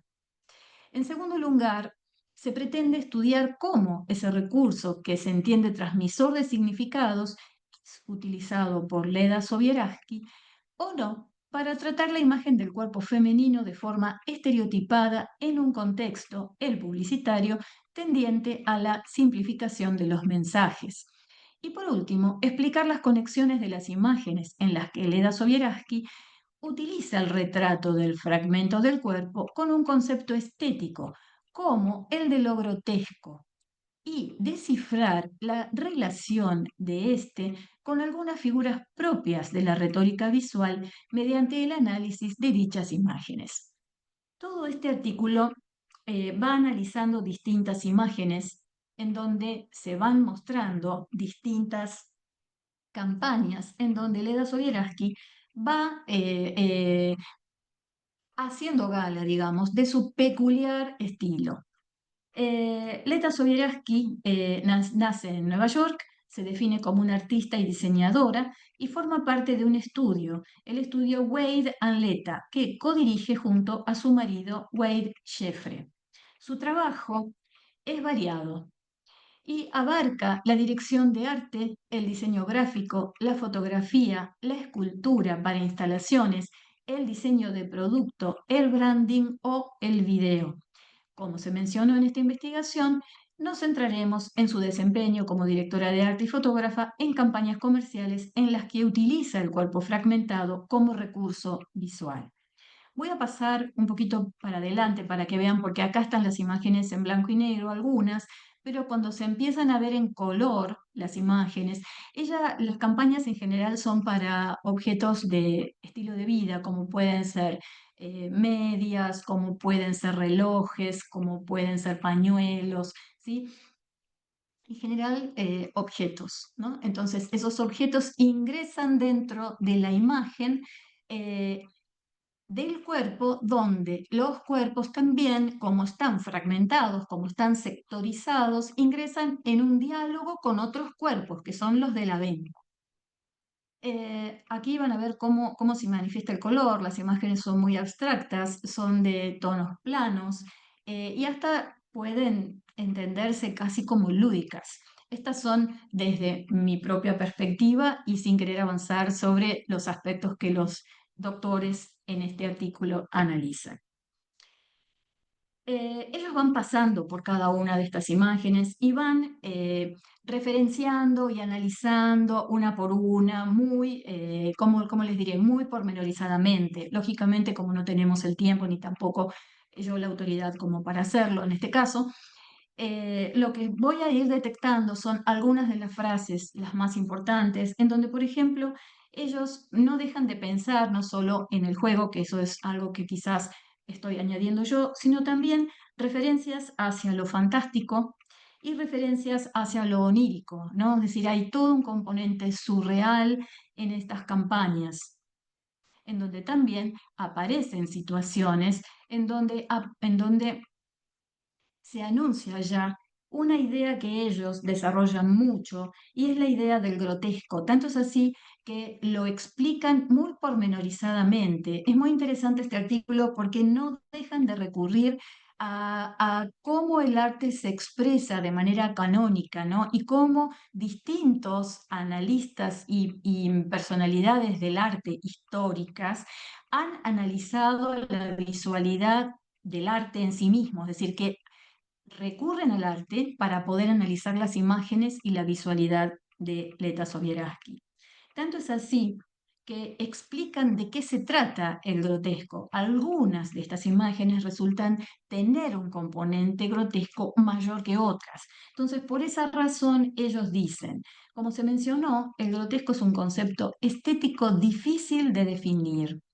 Tiene en su raíz en el término italiano grota, y de ahí la palabra grotesco, puesto que como calificativo se utilizó por primera vez para referirse a las pinturas ornamentales encontradas en las ruinas enterradas de la Domus Aurea de Nerón. Miren desde dónde viene el concepto de grotesco. A las que en el Renacimiento se accedían a través de grutas. Gombrich, fíjense los nombres, Gombrich, indica que estos ornamentos y por lo tanto lo grotesco se caracteriza por la creación libre de combinaciones imposibles. Fíjense que los niveles de asociación que tienen estas imágenes casualmente impactan sobre la palabra de lo imposible, ¿no? Es decir, impactan sobre espacios que son de difícil asociación. Y Connelly apunta a que lo grotesco expresa significado a través de lo puramente visual, de modo que una imagen grotesca será aquella que reúne dos realidades irreconciliables, une lo inesperado con lo disparatado.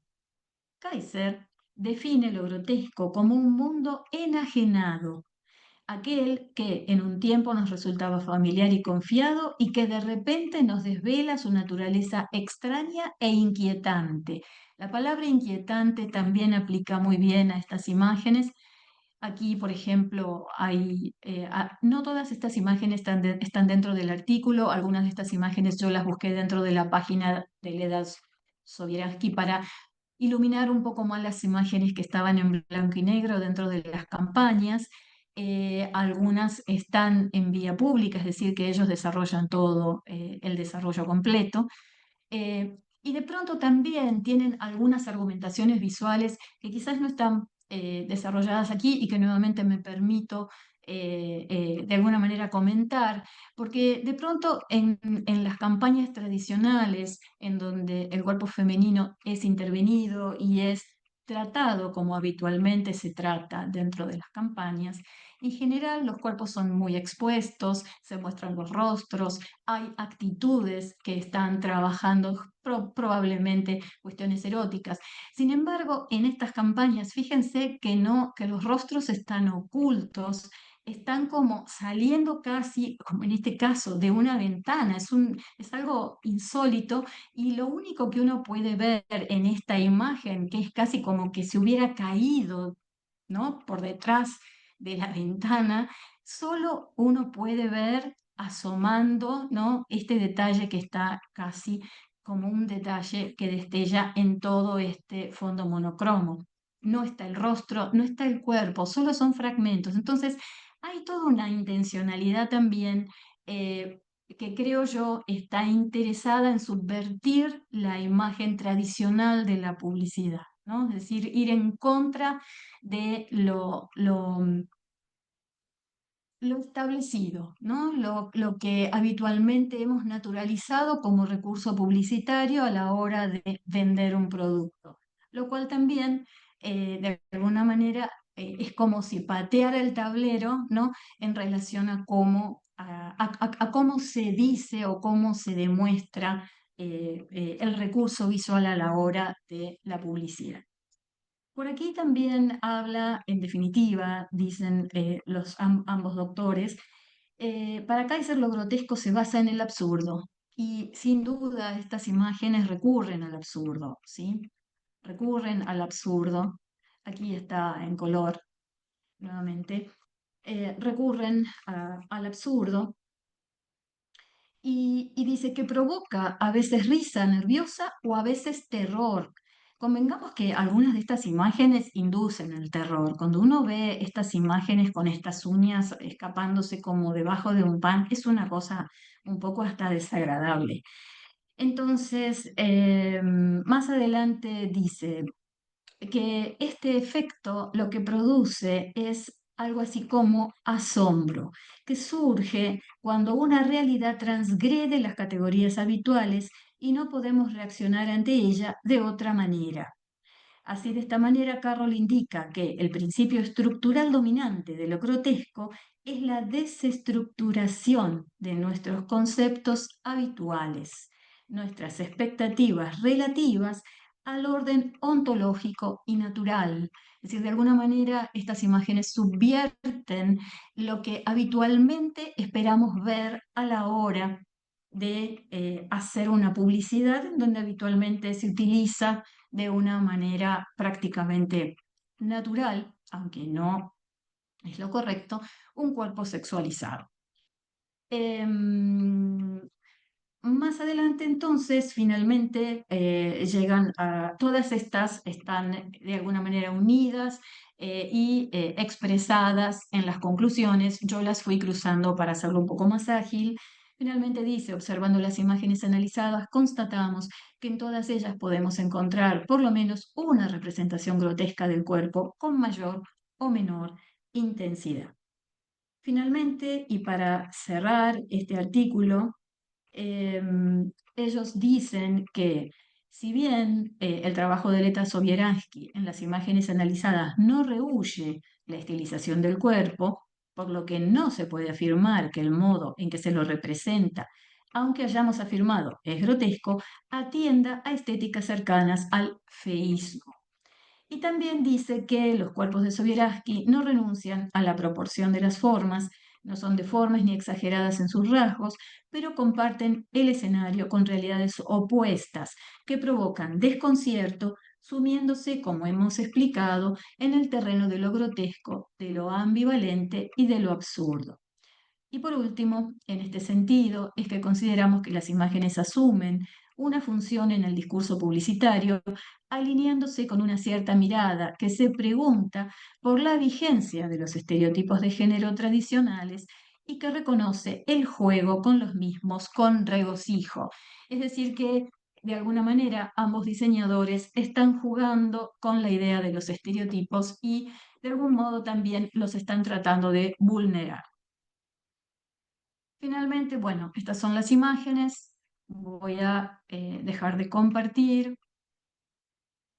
Espero haber reseñado por lo menos de manera digna estos 3 artículos que cierran el contenido de la publicación y que invitamos a visitar, a leer y a utilizar educativamente. Y le doy la palabra a María del Mar, si ella quiere hacer alguna reflexión, y mientras abrimos el juego, ¿sí? A que por favor dejen comentarios o preguntas o intenciones para intercambiar con las investigadores que nos acompañan en esta oportunidad. María del Mar, todo tuyo. Muchas gracias, Daniela.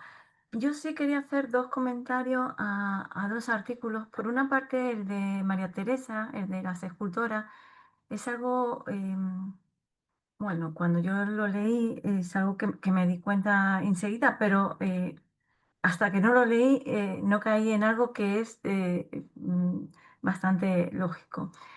El hecho de que hoy, actualmente, haya programas para modelar facilita la integración de las mujeres en escultura. ¿Por qué? Por una cuestión física.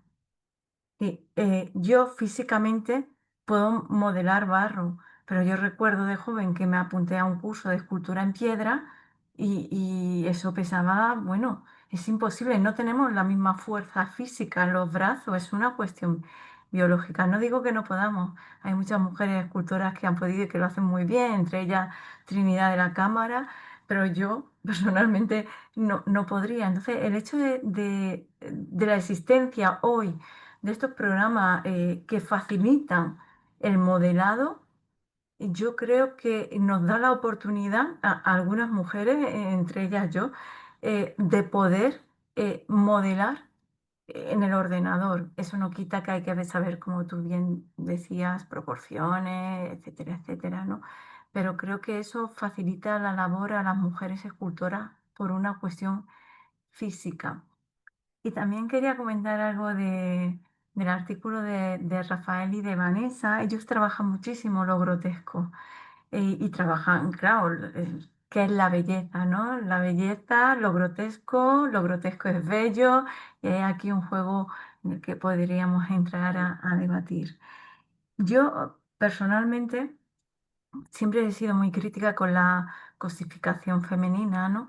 Y el hecho de ocultar el rostro femenino es también quitar identidad a la mujer, ¿no? Es lo mismo que cuando te quitan el nombre o te ponen un mote, que lo hemos visto en muchas pelis, a lo mejor en muchas películas, ¿no? Lo mismo pasa con el rostro. Entonces, sí que es verdad que entiendo la parte artística, la parte publicitaria de este tipo de fotografía, pero claro, desde el punto de vista más feminista, esta cosificación me cuestiono hasta qué punto es positiva o es negativa, ¿no? Porque si estamos intentando, porque claro, aquí la cosificación que hemos visto eran unas piernas, pero yo la he visto muchas veces de un trasero, y si me lo permiten, o de partes a lo mejor más privadas, ¿no? Entonces, me planteo hasta qué punto hablamos de arte, hasta qué punto hablamos de cosificación. Independientemente de esto, sí que es verdad que las fotografías que realiza esta mujer no dejan indiferente a nadie. Es decir, o te gustan o no te gustan, pero indiferente no te quedas, ¿no? Yo, por ejemplo, me encanta cómo utiliza el color esta fotógrafa, pero me cuestiono mucho si esta cosificación ayuda a, a futuro, como yo digo, o no ayuda para futuro, ¿no? No sé si queréis comentar algo, si estáis de acuerdo, no estáis de acuerdo. Creo que hay muchas opiniones dependiendo desde qué lugar, digamos, hagamos el análisis. Me parecieron los artículos todos sumamente ricos, me parecieron muy interesantes las investigaciones, me pareció interesante que lleven adelante un registro tan pormenorizado de las mujeres, ¿no? que tienen un espacio profesional y que han sido invisibilizadas. Me parece súper, súper interesante, y me parece también, como las escucho hablar, tan ordenado, tan prolijo, tan respetuoso. No sé, me pareció lindísimo. Y cada uno de los artículos, la verdad que los súper, eh, ¿cómo se dice? Me gustaron, como que me interesaron mucho. Obviamente, la mirada de cada una se posa desde distintos espectros y distintas perspectivas. También tiene mucho del espacio profesional que cada una va desarrollando y los lugares y los trayectorias, digamos, como las trayectorias de vida que cada una va teniendo y los recortes temáticos en donde va liderando. Pero comparto esta idea de que hasta dónde, ¿no? Hasta dónde y hasta dónde, ¿no? Estoy totalmente de acuerdo con eso. Así que, bueno, me encantaría que haya algún intercambio por parte del público, no solo decirnos y felices de recibir aquí un comentario que dice súper interesantes las perspectivas expuestas. Me gustaría tener si hay alguna pregunta y si no, ¿qué nos podemos preguntar entre nosotras? A mí, vuelvo a reiterar, me gustó muchísimo la perspectiva de Eva en relación al puente que hace con Virginia Woolf. Es una de mis preferidas, ¿sí? Así que sí, me gusta mucho. Así que me gustó mucho el puente que hace y sobre todo el análisis y cómo va encontrando casualmente cómo se arma, ¿no? La narrativa tan exacta para cada una de estas películas. eh, es significativo, ¿no? Y cómo cada uno de esos personajes revela personalidades tan afines y como tan posibles de ser caracterizadas. Es muy significativo, es muy relevante y es importante porque es un producto de consumo y finalmente es a donde niños y niñas están expuestos. Gracias, ¿Qué opinan? Daniela. La verdad que yo creo que lo más grave de esto es que es el mensaje subliminal. O sea, un poco lo que comentaba antes María del Mar con las camisetas, que es que no te das cuenta para nada, ¿no? de lo que estás consumiendo, o sea, porque lo normalizas. Entonces, en definitiva, yo creo que lo grave de esto es que estás jugando con esas futuras niños ahora, esos futuros adultos del mañana, ¿no? Que van a tener esas imágenes ahí bien arraigadas, ¿no? Con lo cual, pues nuestra responsabilidad Exacto. como diseñadores, me da igual en el ámbito que sea, es pensar muy bien qué tipo de producto estamos produciendo para el consumo pues de estos niños, ¿no? O sea, tan indefensos y que son esponjitas, ¿no? Lo absorben todo y no se cuestionan pues la trascendencia que hay detrás, ¿no? Pues fíjate, o sea, a mí me llamó la atención el hilo conductor pues, que había a través de los lugares donde habitaban estos personajes, que al final pues, es bastante llamativa esa idea de que siempre estoy encerrado y de alguna manera intento salir, bien sea a través de alguien que me saque o ya por puro sentido propio, ¿no? de crecimiento. Así que sí que es Interesante, bastante, muy, muy, bastante muy interesante. llamativo. Bueno, Pues nada, muchísimas ese gracias. también, ¿no? Buenísimo. Y yo, Aparte me resulta revelador que cada uno de estos artículos hace como una lente, ¿no? Es decir, como que echa luz sobre algunos apartados específicos que ayudan casualmente a iluminar lugares que es necesario que se analicen. yo creo que lo bonito de la publicación es como que es muy poliédrica, ¿no? O sea, que hay como esa conexión a través de ese mensaje, ¿no? Que queremos de alguna manera concienciar, ¿no? Dar a conocer, o sea, ojo con este tema, porque al final, pues eso, que convivimos Totalmente. con ello, no nos damos cuenta. Entonces, creo que lo bonito al final es esa visión, pues lo que digo, poliédrica, ¿no? Que desde distintos enfoques estamos todos hablando un poco de lo mismo. Oh, mío. Exacto. Bueno, no sé si María del Mar quiere hacer un cierre, nos quedan unos minutitos. Bueno, Todo realmente es que tuyo. tenemos muchos frentes abiertos y tenemos mucho camino por delante y muchas cosas por recorrer. Y en relación con el texto de Eva, yo cuando lo leí, fíjate, lo primero que me llegó a la cabeza fue la mitología griega, cuando encierran a Danae en una torre. Quiero decir, que es que estamos viviendo esto de las mujeres encerradas, una constante a lo largo de toda la historia occidental. Claro, ahora en el siglo XXI nos dicen que esto no es así. Claro, ¿quién nos va a creer? Tenemos tanto camino ahí que recorrer. Queremos ser libres, queremos ser mujeres libres, queremos que se nos reconozca, queremos reconocer a nuestras madres arquitectas, a nuestras madres escultoras, a nuestras madres animadoras y queremos intentar destruir o por lo menos tener una mirada crítica que creo que es más importante ante los estereotipos de género, porque destruirlos no lo vamos a conseguir, pero sí que nuestros niños y nuestras niñas tengan una mirada crítica. Y en eso estamos, y nuestra lucha sigue hacia adelante y espero, bueno, pues conseguir abrir los ojos que no a todo el mundo, pero si hay alguna madre, algún niño que ahora cuando vaya a Zara o cuando vaya a H&M se cuestione qué camiseta comprar, bueno, pues fenomenal. Yo estoy tremendamente agradecida a mis compañeras de la UDI, a María, a Eva, a Daniela, evidentemente a ti, a la Universidad de Palermo por esta oportunidad que nos habéis dado a nivel internacional, bueno, pues de estar aquí. Muchísimas gracias. No sé si alguien más quiere comentar algo, pero vamos, yo estoy emocionada y agradecida. Lo mismo desde nosotros, sí, obviamente esto es el punto de partida, como hablamos cuando en su momento conversamos y cuando hablamos hoy nuevamente. Es el punto de partida de nuevas iniciativas, de nuevos proyectos y de un próximo proyecto y nuevas vertientes que se van a ir abriendo conforme dialoguemos luego de este coloquio. Bueno, Pues me muchísimas gracias encantó verlas a todas y muchísimas gracias, ¿sí? a vosotros. Muchas gracias. Muchas gracias. Nos Hasta estamos luego. viendo. Gracias. Hasta luego. Adiós. Gracias. Adiós, nos estamos viendo.